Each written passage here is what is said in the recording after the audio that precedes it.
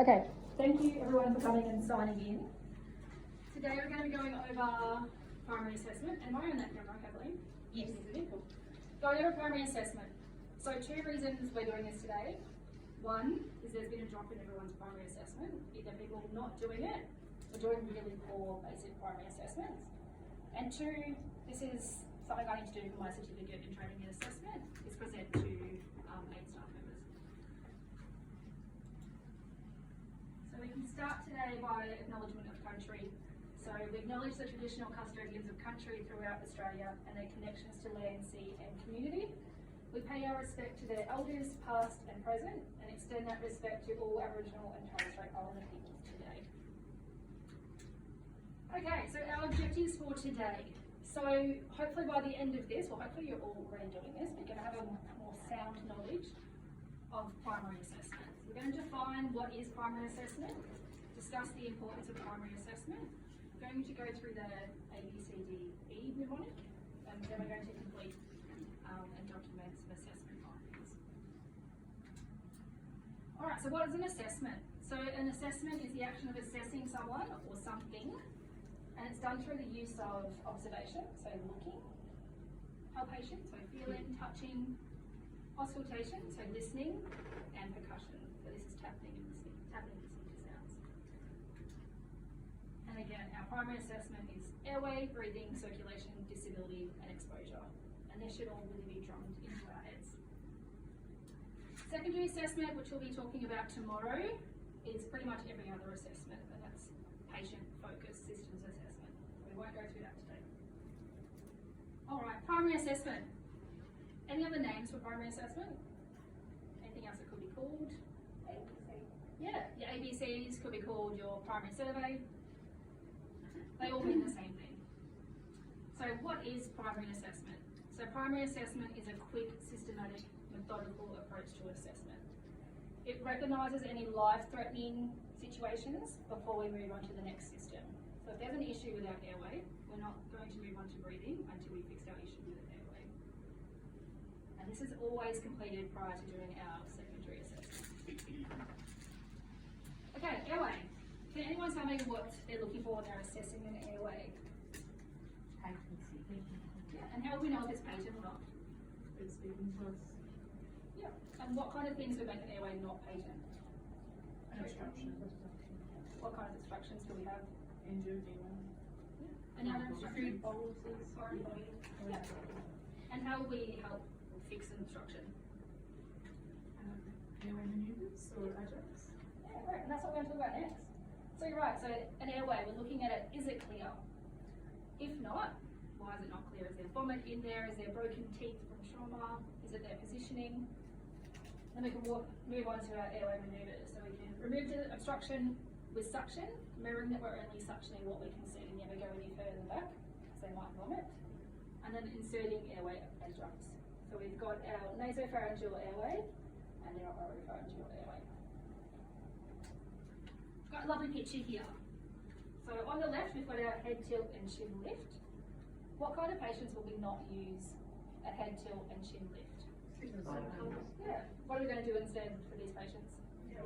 Great. And I've got a lovely video for you guys on how we do this.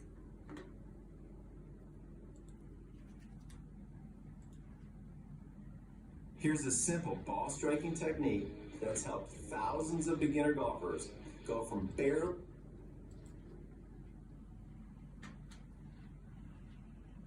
Airway maneuvers are simple steps you can take to keep a patient's airway open when they are obstructed. There are 2 such maneuvers, the head tilt chin lift and the jaw thrust. The head tilt chin lift is performed by placing one hand on the patient's forehead, tilting their head back, whilst using your other hand to lift the chin up away from the bed. This should bring the soft tissues of the oropharynx forward, reinstating the patient's airway.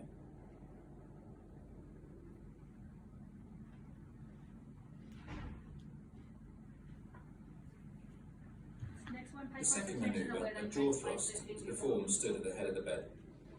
Place the thenar eminence of each hand on a corresponding zygomatic arch of the patient's face.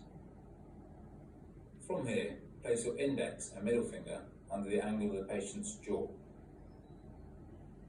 Then bring your fingers up towards your thenar eminences, lifting the patient's jaw So forward that bottom jaw over their coming right top. up towards the roof. This will bring the soft tissues of the back of the oropharynx forward, thus.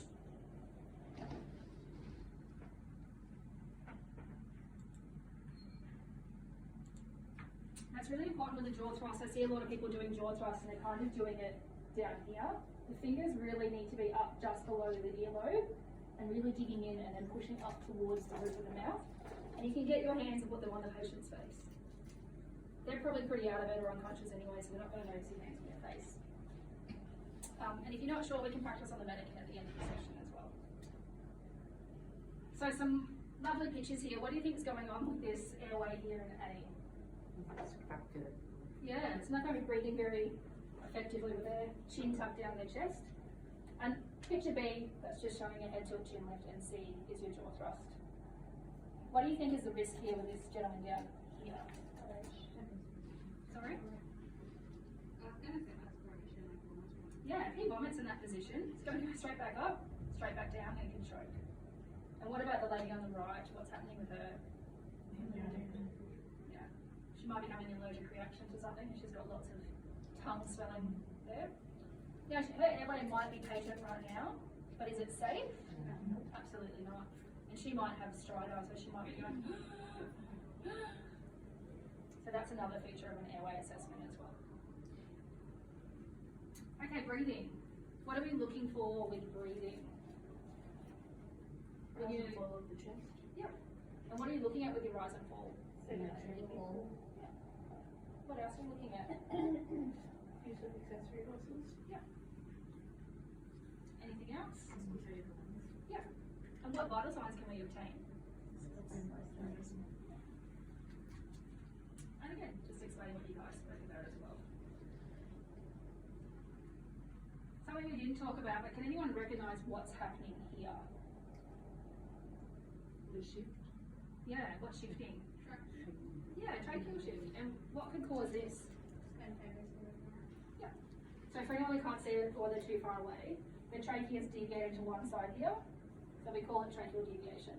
So they might have pneumothorax, so it's increased pressure on one side, and all that pressure is pushing it across. If we see that, are we worried?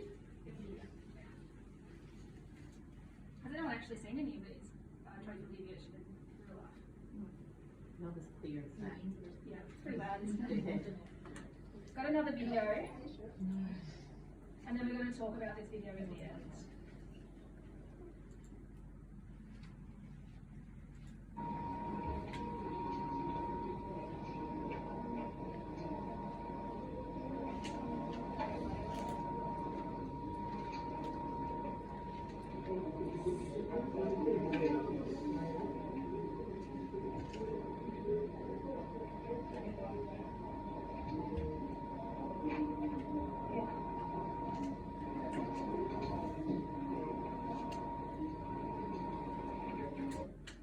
What do you guys see? How would you describe it if you, this was your patient in your cubicle?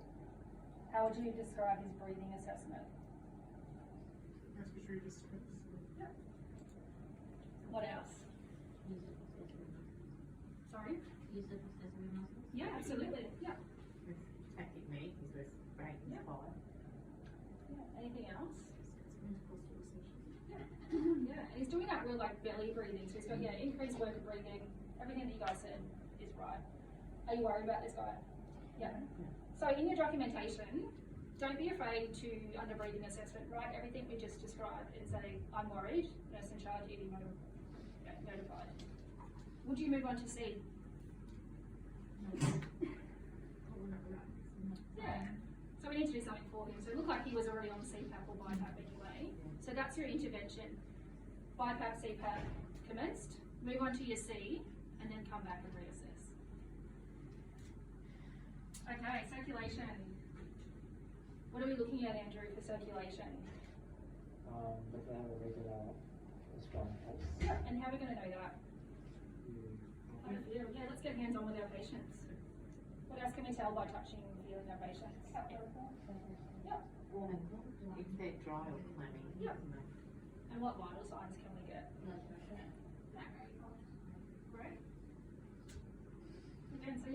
pulse? How does it feel? Is it regular, irregular? Is it fast, thready, weak, strong? Tell us lots of things. Now, textbooks say they've got a strong radial pulse, then they're likely to have a systolic blood pressure above 80. So if they've got a good pulse, shouldn't be too concerned about their blood pressure, unless everything else is out of whack. Looking at skin colour, pink, pale, dark, jaundice, cyanose. Skin temperature, so how do they feel? Hot, clammy, warm, diaphoretic, profusely diaphoretic. And I've got some pictures here. So what do you think's happening with this gentleman down here? And what about the lady at the top? It's kind of hard to see in this light. Yeah, she was cyanose. On the computer, she's much lower than that. Yeah, pale on the far right. Would, yeah, also might be normal for this patient. So you also need to ask the patient or the family member, is this normal for them? Because this might be normal, and I suspect it is for him. And what about the person down the bottom? Or just that shower. Yeah, just like that on a 40-degree day, as they do. Disability. What falls under disability? Yeah. What else? Painful. Yeah. Anything else? Pupils. Yeah. Grip straight. If they're like on title. What vital sign does fall under D? Video. Yeah. And there's another thing. Ear mask. Oh, Yeah. temperature. Yeah. Yeah, your temperature can be either under disability or exposure. Depends what literature you look at, it can fall under either one. So yeah, disability. So we're looking at our GCS, or paramedics love to use AVCU. I personally like the GCS because it's on the paper in front of you.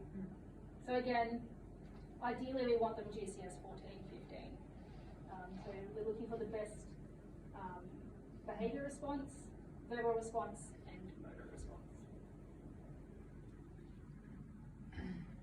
And then you've got your PQRST. Does anyone know or can tell me more in depth what pain, quality, radiation, severity, and time means when we use this mnemonic? So if we're going to do a PQRST, what do we mean about pain? A description of the pain, Yeah. whether it's sharp or Yep. And what about cracky or quality? Probably do like the whole out of 10. Yeah, absolutely, yeah. Or in other patients, we could use small, medium, or large if their English isn't their first language. Radiation? Yeah, that's pretty self-explanatory. What about severity? score out of 10 or happiness at faces. Yeah. These two kind of overlap each other. And what about time? Quality could also be, these two here could also be like, is there anything that makes it better or makes it worse? And then we've got again, don't forget glucose.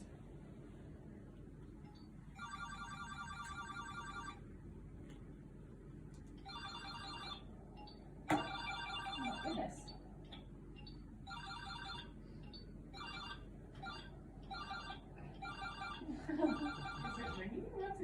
I don't know what it's doing. Anyway, okay, exposure. What are we looking at for exposure? Rashes. Yep. Anything else? Temperature. Yep. Bleeding. Exposure is pretty much everything else. So this is a massive pet peeve, probably for you, Eloise. Yes. Undress all your patients. Like, we cannot say it enough. Undress your patients. Your patient's combative, refusing, the GCS 15 refusing, document it. Patient refusing to get undressed. Patient combative, nurse in charge notified, doctor notified. Or grab someone else to give you a hand to get them undressed if they're collared or an elderly patient that's a little bit resistive. But undress your patient. So yes, every patient should be completely undressed for examination and assessment. We should make sure we're also log rolling all patients that are in C-spine precautions. We don't know what's happening on that posterior unless we log roll them, undress them, and find out what's happening. And then yeah, we've got temperature. And I love a little peekaboo on the side there. These are some examples of why we should undress our patient. This patient might have come in as a trauma patient with lots of anterior injuries. He's got adrenaline pumping through his system. He might not know that he's been stabbed in the back. We wouldn't know unless we rolled him over and had a look or saw the massive pool of blood. What do you think is the risk of this injury with this patient? What else should we be concerned about? Respiratory. His lungs. Yeah. Spinal. Yeah, it's pretty close to the spine. Is he a trauma? Does he need to be collared? Does he have a pneumothorax or hemothorax? And is he going to be losing a lot of blood? And, you know, a lovely, usually our nursing home patients here. Again, getting them undressed, checking their bags, have they got pressure injuries? What do we do if there is a pressure injury? Right. Investigations. So what are we doing for the patients after we've done our assessment? So every patient should have a full set of vitals: blood pressure, SATs, heart rate, respiratory rate, temperature, and blood sugar. And then, if indicated, telemetry, so cardiac monitoring, 12-lead ECG, cannula, and bloods. So this isn't anything that you guys don't already know. Alright, documentation. I've got another video. Take note, and we're going to go through an A to E assessment together.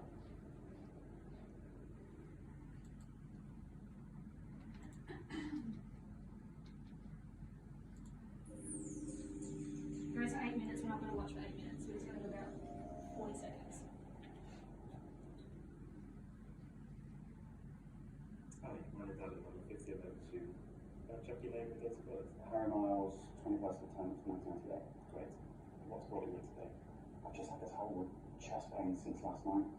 I didn't really think anything of it at the time, and it just got worse and worse as sort of the evening went on, and then it was particularly bad in bed, and couldn't get a wink of sleep all night. Can you tell me a bit more about it? So it's sort of behind the breastbone, side to the left. Again, it's sort of started to sort of feeling it, but I didn't really think anything of it. It wasn't too bad, and then it just got really, really bad. You know, as the evening went on, I just found the breathing. Okay, and then he kind of waffles on like most of our patients do. So he's walked into a cubicle and he's just giving that bit of information. How was his airway?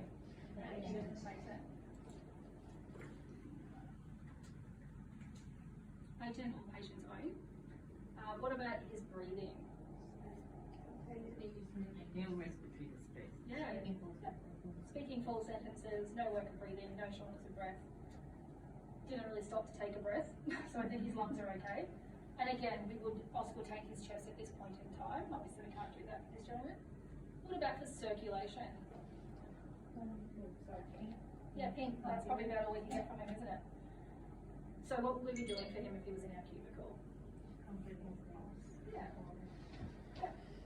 Another thing you could document for him if you weren't physically touching him at the time, well perfused looking is another thing that you can write. But he looked pink, he didn't look cold, he wasn't shivering. What about for disability? Yeah, so I think you're right, yeah, we want to know his GCS and what his pain is. So again, using our PKRST mnemonic to do that pain assessment. How long has he had the pain for? Where is it? Does it radiate anywhere? Anything make it better or worse? And he did undress him. And of course we're going to undress him because he's going to need a what? And what else will we be doing for him? So just to summarise today, airway, it's patent, not patent. We're going to put suction in or clear out the obstruction and use airway manoeuvres or Goodell and OPA. Breathing, so you want to assess the rate, rhythm, SATs, work of breathing, apply oxygen if necessary. Circulation, assess the skin colour, warmth, is it dry, is it sweaty, palpating both pulses and obtaining a heart rate and blood pressure. Disability, we're assessing GCS, PKRST mnemonic for pain and for exposure, temperature, undress all patients and looking for signs of injury. So if everyone's got their phone, you go to this app. Now it's actually QUIZIZZ. So this second Z should be on the end. Does that make sense? QUIZIZZ.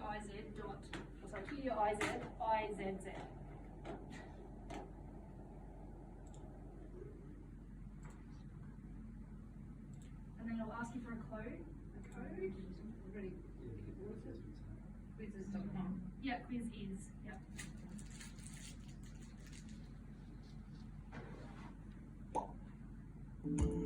That's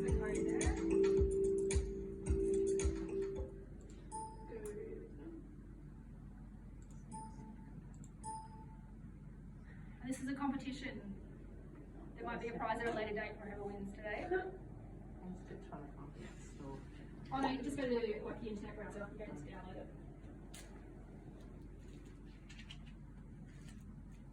Got one person in. Probably.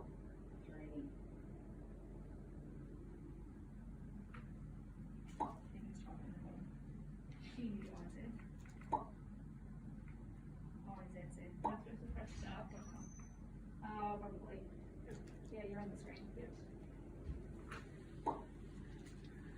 One more person.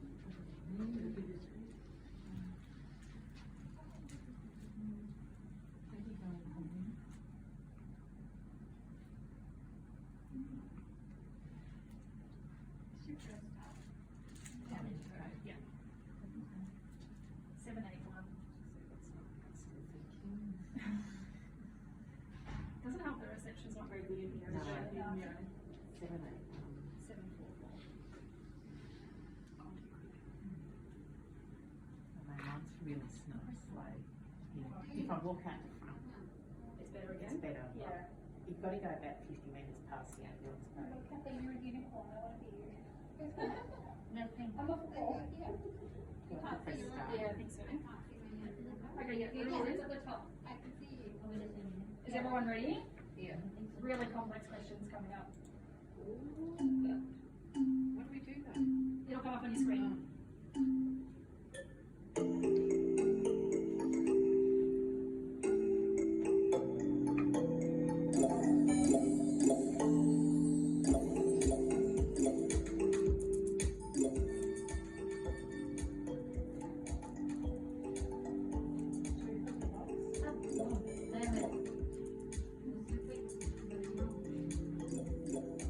Everyone's so quick.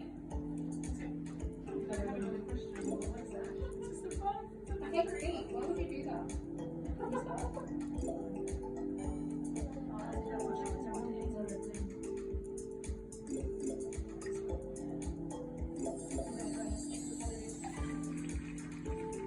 Normally it goes through each question one by one, you guys can't go to the next one until I say it.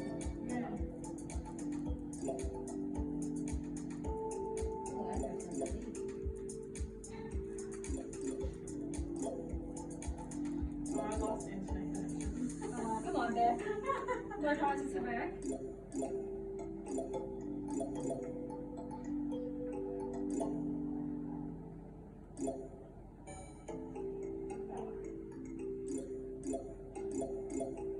Andrew and Zaria are head to head at the moment.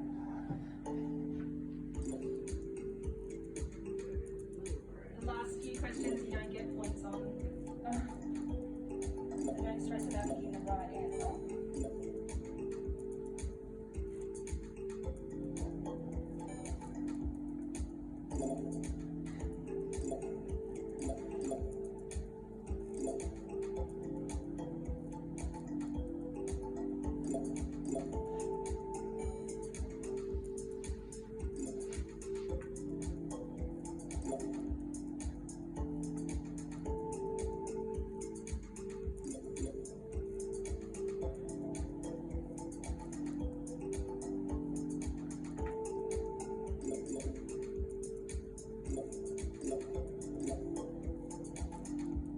So I think it scores you on how quickly you answer it. If you're a slow reader, Seconds the best. I'll let you pick, but Oh, Stuck on that. Did you get your internet back? Yeah. Alright, Eloise. Just being stuck quick and then Oh, there. Wants me to press the So, button, but Damn it's you. not fit. I know, we're all level. We're all on nine. Also, right after that, would you rather?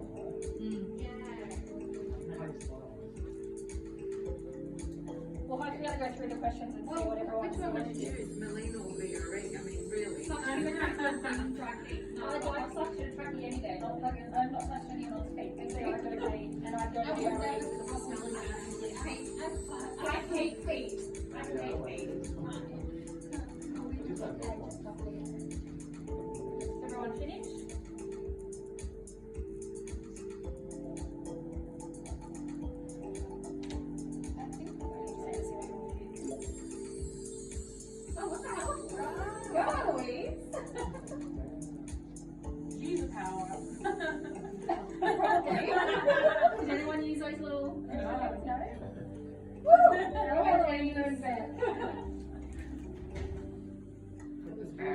it's rigged. I know, but that's what I say, if I'd come last, it would have been really bad. Alright, let's go through. So primary assessment, select all, let apply. I didn't read that bit select all. Yeah, tricky, huh? Okay. Sorry, really important we also read everything, so that's probably a learning. Did you learn anything I put in there? Airway assessment comes after breathing.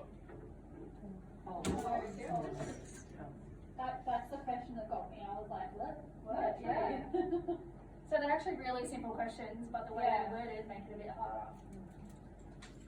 And this is probably also a really good example of we're under time pressure, so it's really easy to make mistakes.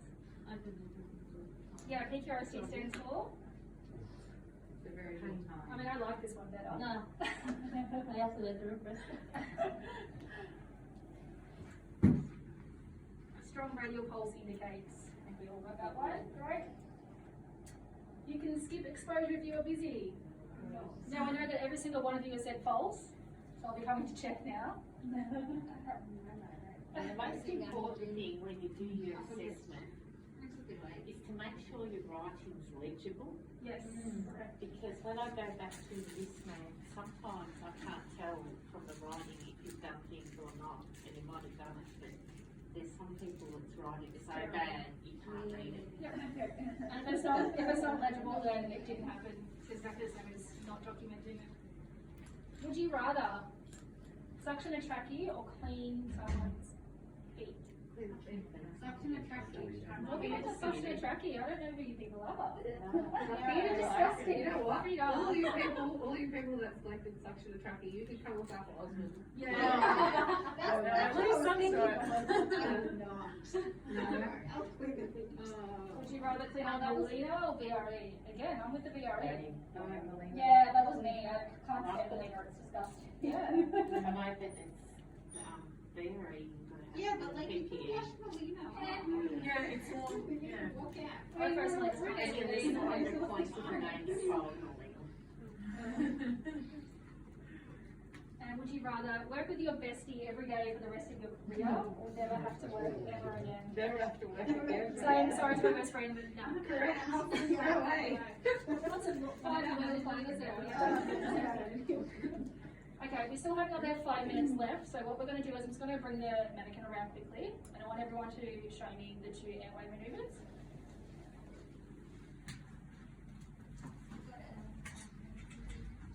And if you want to, while you're waiting, I've got some feedback forms to fill out as well. Alright, your places are going to start. Show me your 2 airway maneuvers.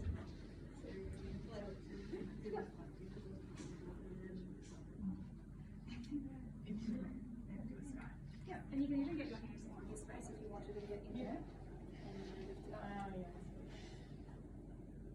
Bit easier? Because back here, your fingers are going to get a bit sore. Yeah, push and pull, yeah. Oh. Jess, you want to come up? And we'll just go around in a circle, guys.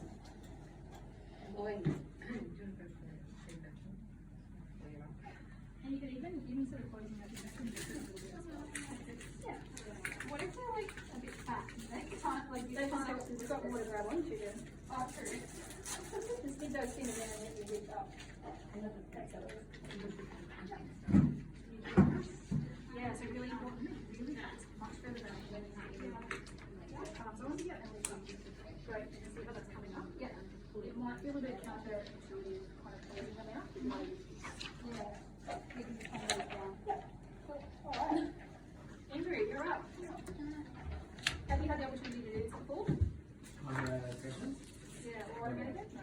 Nothing yet. Okay, cool. Great. And you do it first. Yeah, so you can get your hands further in from here. I'll show you. So fingers in first, palms on the cheeks, and lift up. See how those elbow joints going forward? It's actually quite hard. Yeah, true. Do you want to come up elevated?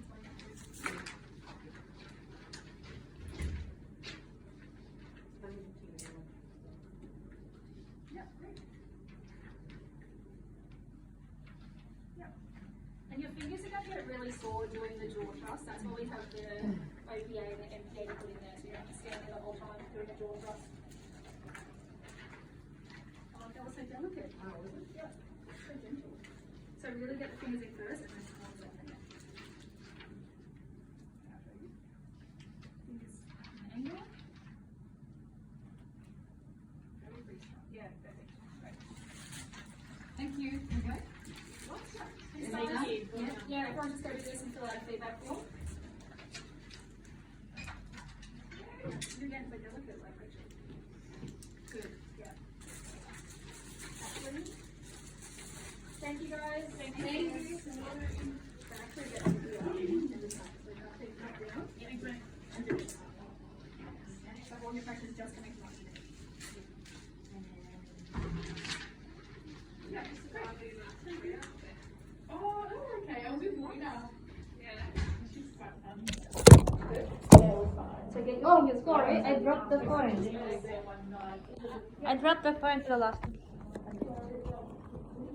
So, fingers right there. Yeah. As well, and then Oh, okay. So keep your hands sort of down like that. and fingers just do the lifting. Oh, okay. You can even practice on yourself. Yeah, that is so much easier. Yeah. I was kind of like, it hurts your hands. Because some people are coming from back to here. here. That's what I do. Yeah. That's Rest me. on I'm their like face. there and trying to do this and it hurts after a while. Yeah. But like, this is just so much easier. But also, you also don't have to do a broadcast that one. If you're doing a good head tilt to lift, Yeah. like literally get your fingers in there and lift. That's usually enough. It does feel counterintuitive sometimes because you're closing your mouth. Yeah, but you're sort of pushing that down and then lifting. Yep.